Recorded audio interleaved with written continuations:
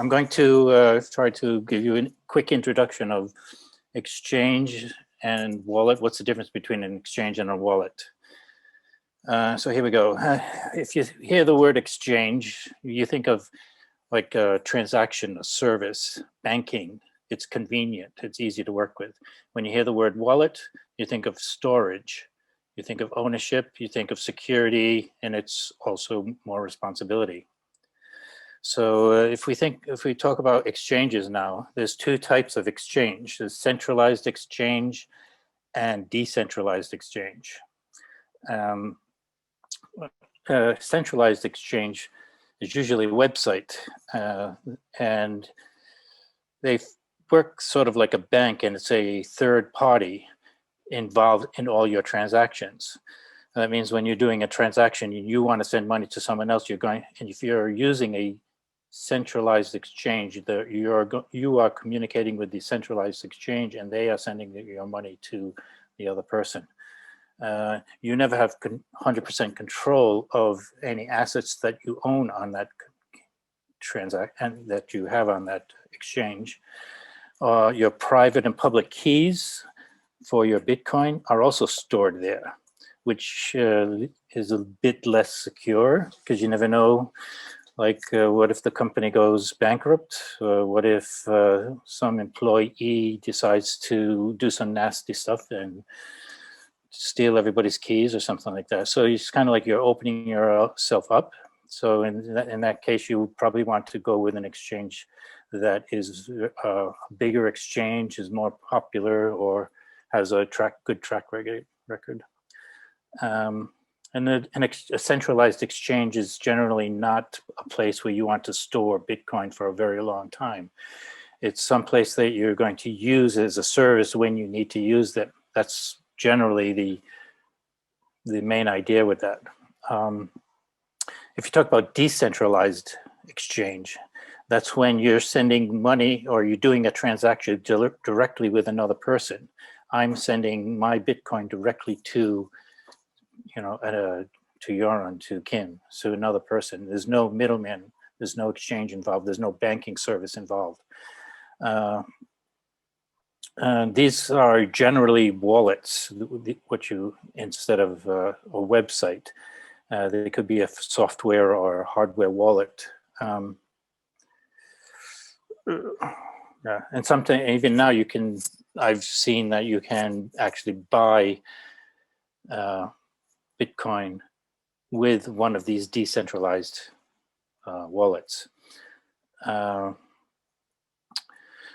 that's an exchange. An exchange, like I said, exchange is when you do a transaction with your Bitcoin. Now your Bitcoin is in an e-wallet, and there are several types of e-wallets.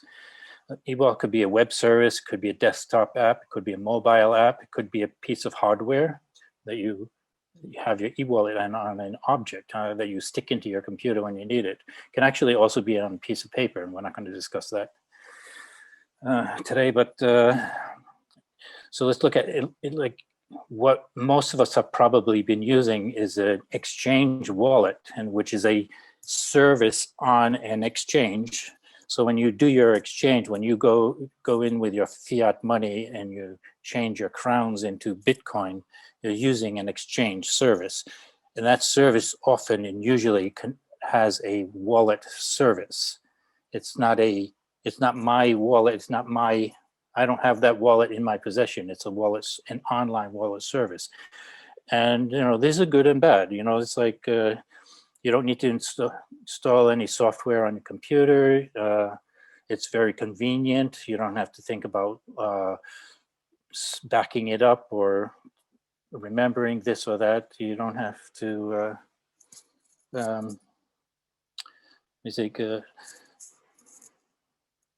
it's like you only need one password to get in. If you get that password, you can recover that password through one of their services, probably.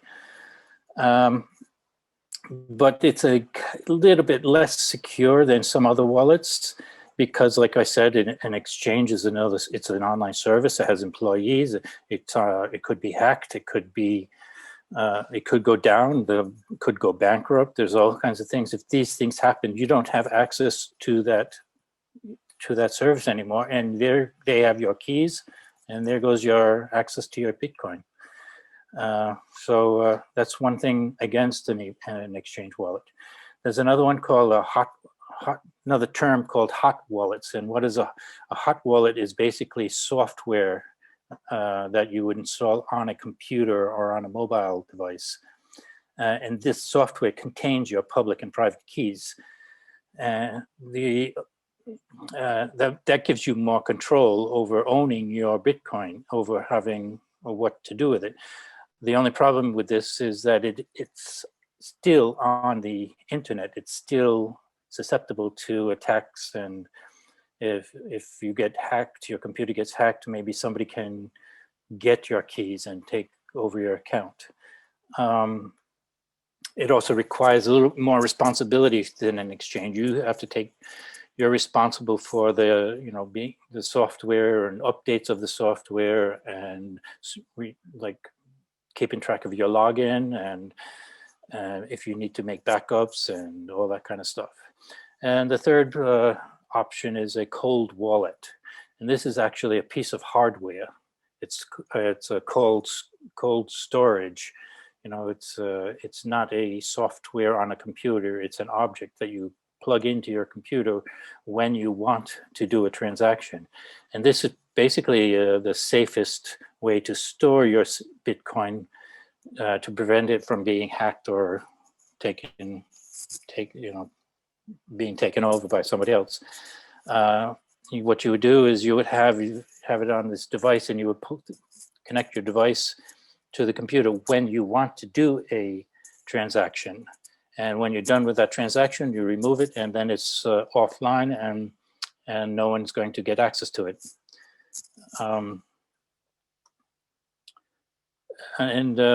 This basically is it also requires the highest amount of responsibility. You have to make sure that nobody steals that object. They probably won't be able to break into it, but then you won't have it. They steal your Bitcoin and you don't have your Bitcoin, or that piece of hardware gets damaged, or you need to make sure it's backed up and secure and stuff like that.